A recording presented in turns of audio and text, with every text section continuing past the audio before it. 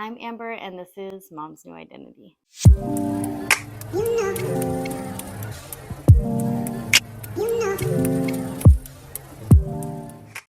If you're here, thank you so much for tuning in. I always appreciate those of you that take the time to come and watch my videos. If you're a part of this community, if you're subscribed, thank you so much. I wouldn't be doing this without you.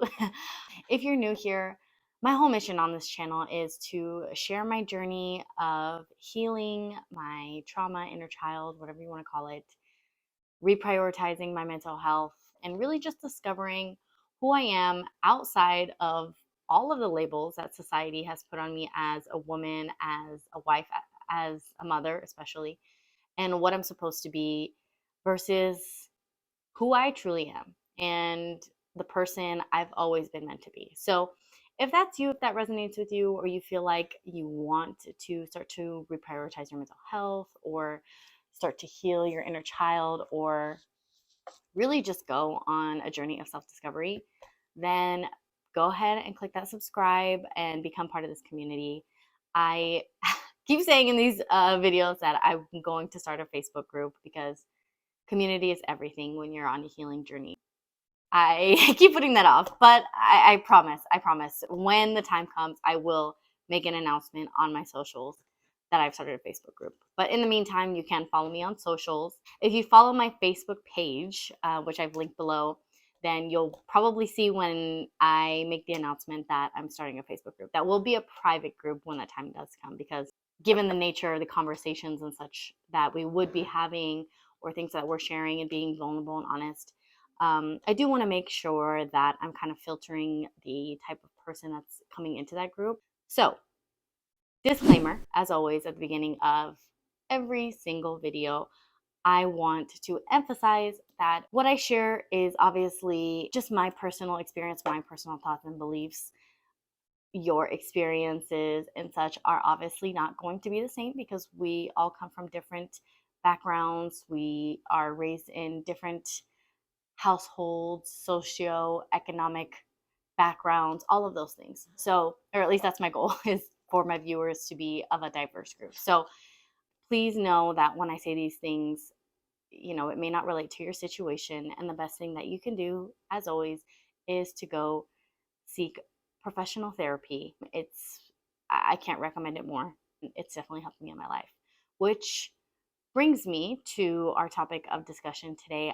I know that I said last week I planned on talking about finding a therapist. And I absolutely do want to still cover that because I think it's important for people to know what that can look like, whether or not you have health insurance and trying to find resources.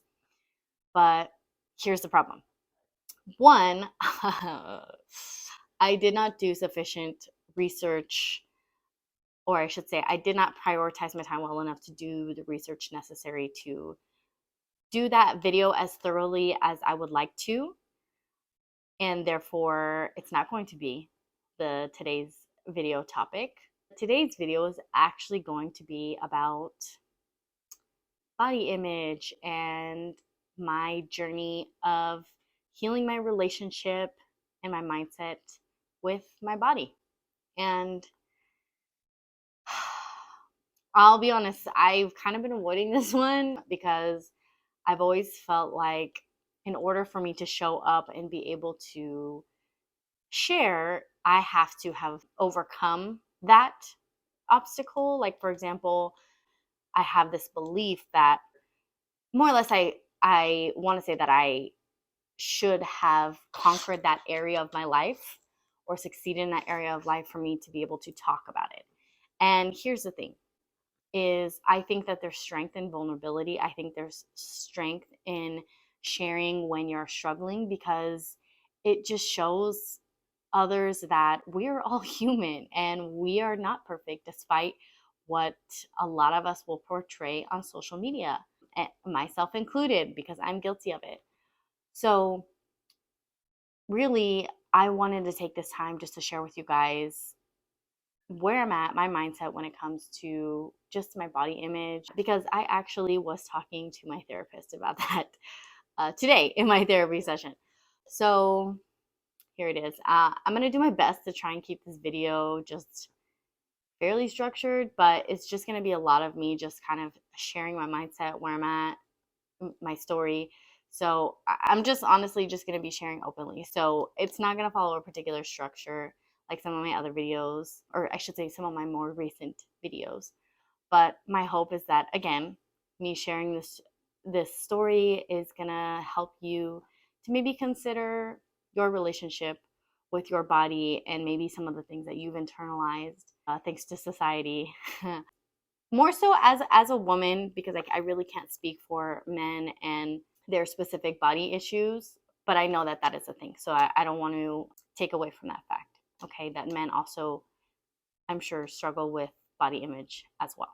I'm going to be making a lot of reference to the term fat phobia. Okay, and if you don't know what that is, you can read it here. This is a definition that I recently Googled. The simplest way that I can describe it is basically that there's this belief that people who are overweight or obese are just simply lazy and careless. Actually, believe it or not, being overweight is actually stigmatized very negatively in Western culture. It's not common in every culture, believe it or not. Because in America, America, in America, we're in this bubble where we believe, and I think a lot of people are starting to pop the bubble and recognize that we have a lot of growing to do. Unfortunately, a lot of us Americans are kind of kept in this bubble where we don't know a lot about other cultures. And part of that has to do with the fact that so many of us are just worked to death, that we don't have the time, the freedom of time, or the adequate resources financially to be able to travel long enough to experience different cultures. Let's just put it that way. That's my opinion. Okay. This is something that's very common in Western culture, is fat phobia. And I have internalized this belief, or I should say, I have a lot of internalized fat phobia. And diet culture has a lot to do with this. Patriarchy diet culture has a lot to do with this because they profit off of that, right? Like they profit off of us needing to find the next workout program or the next diet pill. And I don't want to say that working out and watching what you're eating is not important, okay? There's almost this belief that if you're overweight, you're just not healthy. And there's a lot of factors that contribute to someone's overall health. And it's not exclusive to how their body looks, because someone can have like be like shredded and constantly in the gym and still struggle with extreme body dysmorphia. Okay, let's just get that straight. Again, going back to my mindset, just before, actually, let's go back a little bit further. Around the time that I probably went to go live with my dad, and I was about 10 years old, I think is really when I started to experience a certain level of body shaming or insecurity around my body, because I I want to say I hit puberty around 12 or 13, like really young. And obviously your body starts to develop, your hormones change, their weight gain is very common when you're going through puberty. And if you're Hispanic, if you're Mexican, I don't know if this is present in all countries of origin, but I know that if you're Mexican, body shaming is almost like a cultural norm. And it shouldn't be, because it's not okay to shame someone for how they look, period. Okay. You just don't know what that person is struggling with. So it's probably when I first started to experience it. And if you're Mexican, you probably know, like, if you're too skinny, it's like, oh, you need to eat something. But if you're overweight, it's like, oh, why don't you lose weight? Like, you're unhealthy, you're fat. Like, estás bien gorda. Like, I don't know, right? So there's just like, there's no happy medium almost sometimes. And more often than not, women are shamed or hypersexualized. That's not necessarily today's topic of discussion, but I definitely experienced it being more curvy. And that's something I got to talk through a little bit more with my therapist. But getting back to it, I remember sometimes hearing either like some of the men in my family, specifically on my Mexican side of the family, let's put it that way, just talking about like women's bodies. And I had, this is probably not going to narrow it down very much if I say this, but I had an uncle who used to make comments about how that I need to eat a certain way. Otherwise, I'm going to get really fat. I'm going to have a lot of cellulitis, as he used to say. It's not hard to figure out who might have said that if you're one of my relatives, but that's just, if he said it to me, he probably said it to some of my other cousins or my cousins' girlfriends if they were my guy cousins. So I'm not angry at him for having said those things. I don't blame him. I just blame the fact that our culture normalizes this thing. So that's probably when I first started to experience it. And shortly after that, through my high school years, I was always in sports. And so I was always able to more or less maintain my figure. I didn't necessarily struggle with my weight in a sense, although I definitely struggled with my body image. It really started in my teen years that I started to develop this like idea that like I'm supposed to look a certain way. I'm supposed to be skinny. Obviously, I would see or hear people who are made fun of for their weight, or the popular girls were always the skinny ones. And so I was never like super thin.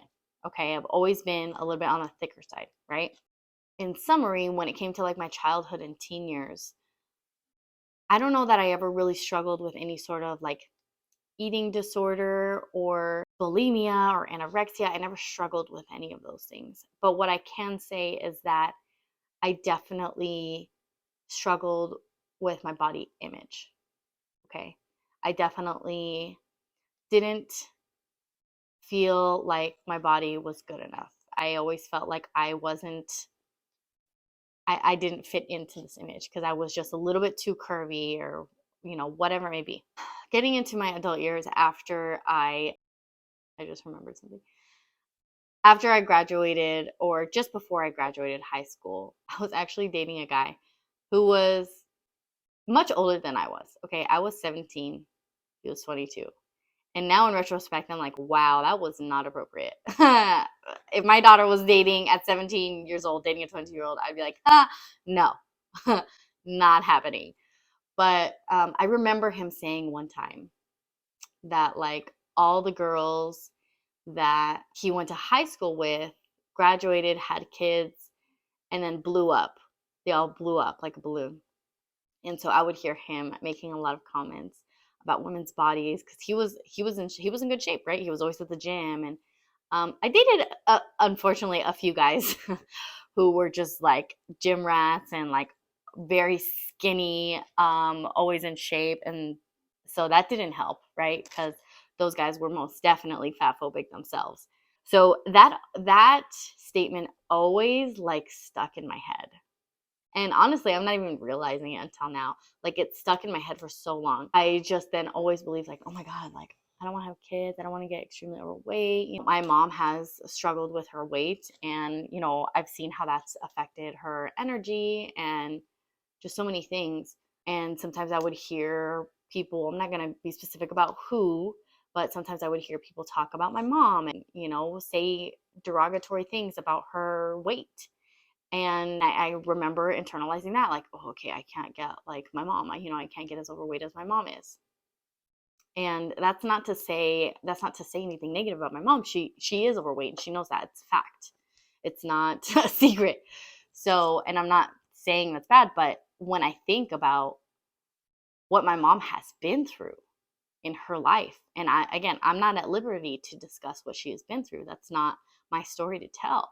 But she's been through some serious traumatic shit. Okay?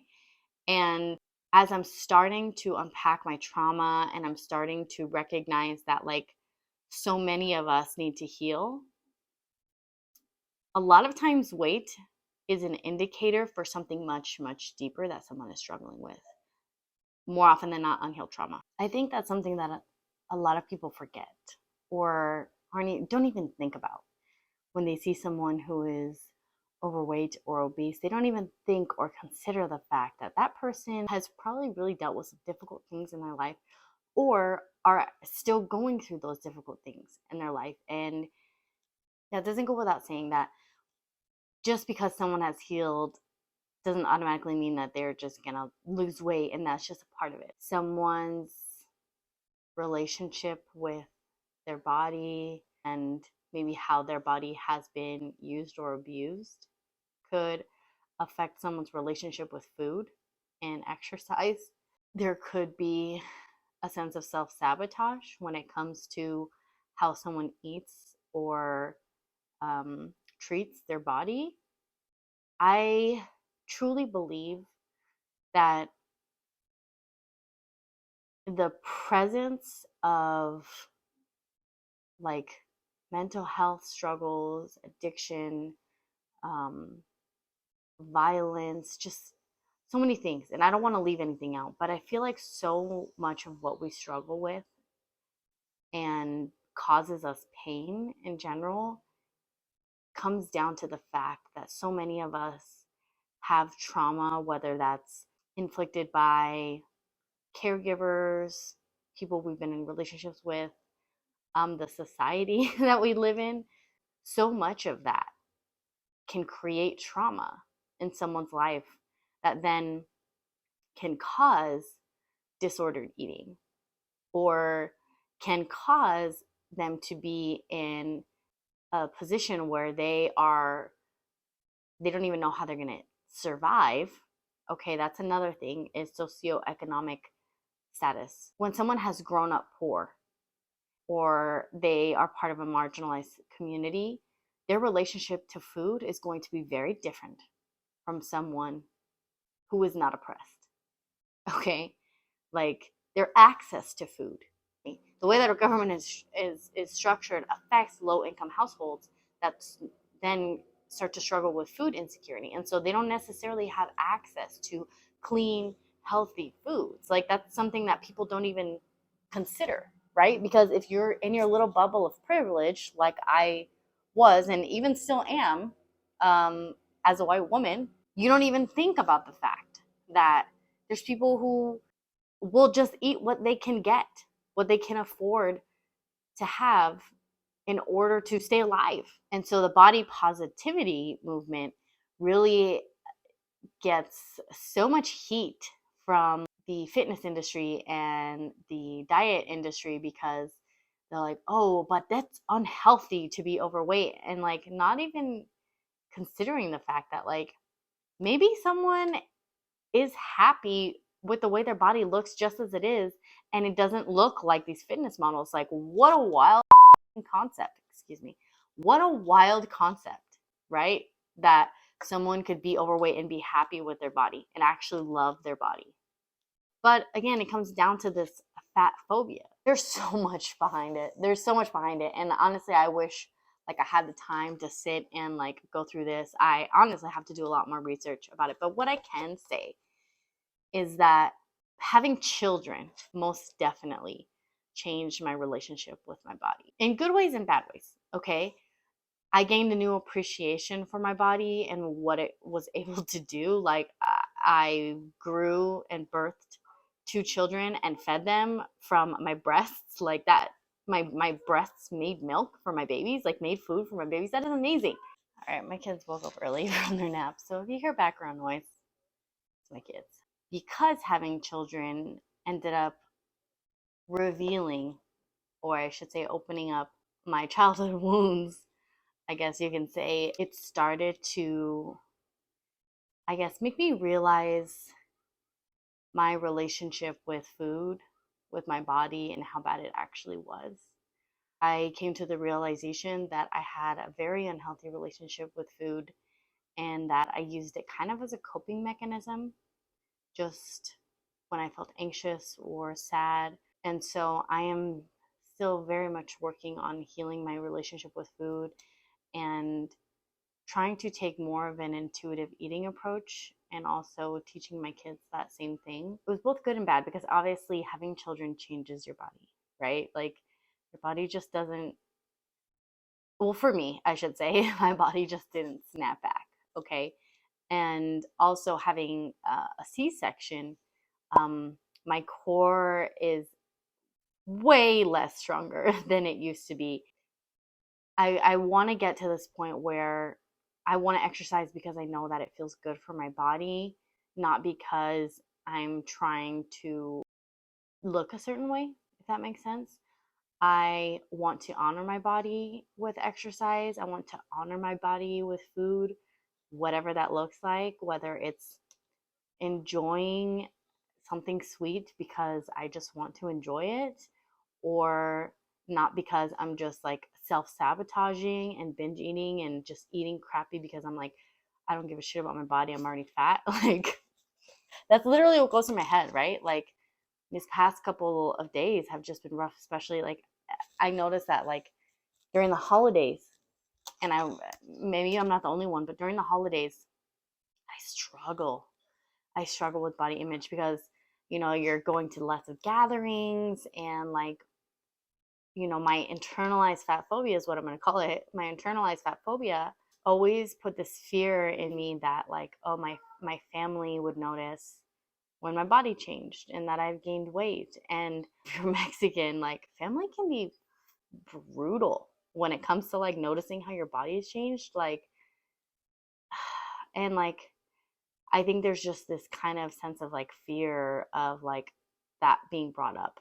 And not just that, but like when you lose weight, and there was a period in my life where I was like always in the gym, always working out, and I would get applauded for how dedicated to the gym I was, for how my body was starting to look. Like I would gain all kinds of like uh, I would gain a lot of positive attention. But when I think back to those times, I still was not happy with my body. I was working out because I hated my body, not because I was trying to honor my body. And I don't want to have that same relationship. Excuse me, I don't want to have that same relationship with the gym, with exercise, with eating. I don't want to have that anymore. Because when I think of how I talk to myself and the things that I say about my body, I would never, I would never say those things to my daughter. I look at my daughter and like, she's perfect to me. My son too, but like I can't imagine. And I had this conversation with my therapist. Like she asked me, "What would you do if your daughter came to you and she was sharing the same struggles that you're sharing with me right now? What would you say to her?" And I pretty much told her like, "Well, first I would validate the fact that it doesn't feel nice to feel these feelings and it's okay to feel this way. But then I would ask her, why, where is this coming from? Like, what did you hear? What did you see that made you feel like how like your body and how it looks right now is a bad thing?" And as I was sharing that with her, I just got really emotional because like I hope that when my daughter becomes a teenager or she starts to go through puberty, that she lives in a world where her worth is more than what her body looks like. And I can do my damnedest and my best to teach her how to love herself, but I can't do that if I don't first love myself, all of me and all of my imperfections. And I'm working on it. I am not there yet. I still look at my body and I think, oh, and sometimes I don't want to socialize. I don't want to go out with people because I'm ashamed of how my body looks in certain clothes. Like, that's not, when that takes away from your social life, and it's not that like, I shouldn't be. I should embrace my body, but just the things that I've heard from people who I thought were close friends in my life talking about someone else's body, or relatives talking about someone else's body, made me think like, well, what do they think of my body? Okay, well, I gotta close up this video because it's Halloween, so I gotta get my kids ready. But what I'm trying to say basically is that Be gentle with yourself and have some compassion for other people in whatever state that their body is in. Their relationship with their body is none of your business. Your business is your relationship with your body. And when you have kids, teaching them to have good relationships with their body. That's where I'm kind of at this point in healing that. This is just a part of my healing journey. And so if anything that I said resonated with you, I want to know from you guys, maybe what are some things that like stuck out as far as some of the things that I talked about that maybe you're struggling with, you know? Yeah. Dada went to go take some time to himself and then he's coming right back. Yeah. And then we're going to go trick or treating. You want to go trick or treating? Yeah, trick or treating. Okay. Well, thank you so much for tuning in. To be honest, I'm not quite sure what next week's video topic is going to be, but thank you so much for tuning in. Let's continue to grow, heal, and reprioritize our mental health and rediscover who we are outside of all the labels society has given us. So until next week, thank you so much for tuning in. I love you and have a great rest of your week.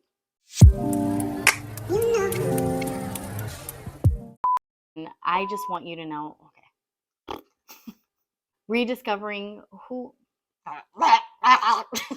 This is so frustrating right now. Okay, you will see that. Shit, my son's awake. Oh, crap. Oh, man. My daughter's awake. And, and like ask myself, like, hold on. Baby games? Oh, no. You made your brother cry. Look. Play with your brother. Look. You want it? Okay.